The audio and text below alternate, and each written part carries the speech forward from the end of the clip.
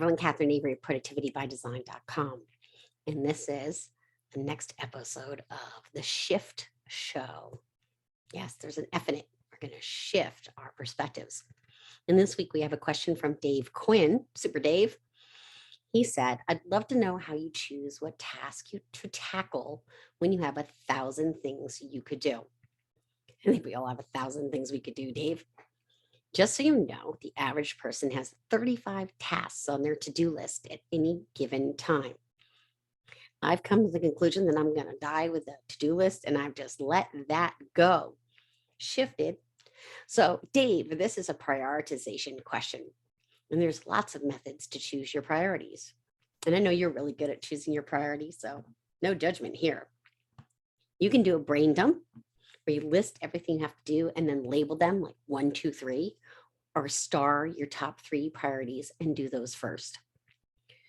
Or you could use a matrix, such as the Eisenhower matrix. And the matrix is broken into 4 quarters with importance on one axis and urgency on the other.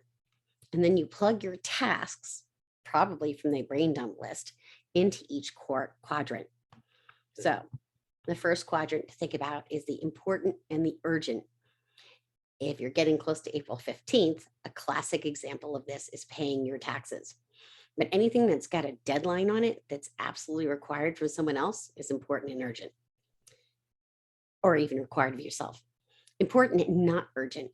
The first example I think of here is writing a book, unless you're on a deadline. You might get to the book someday.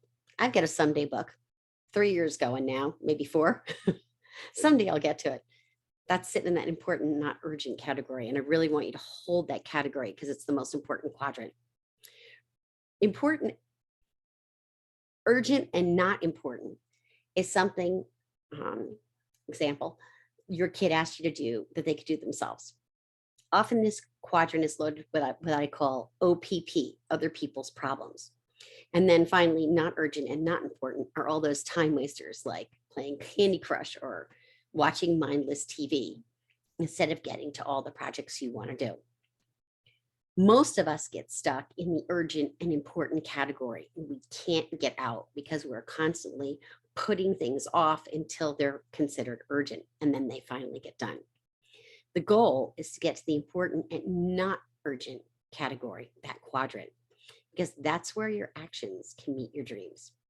I hope this was helpful. Thanks so much for being on the Shift Show. Dave, with your grand question, and I'll see you all next week.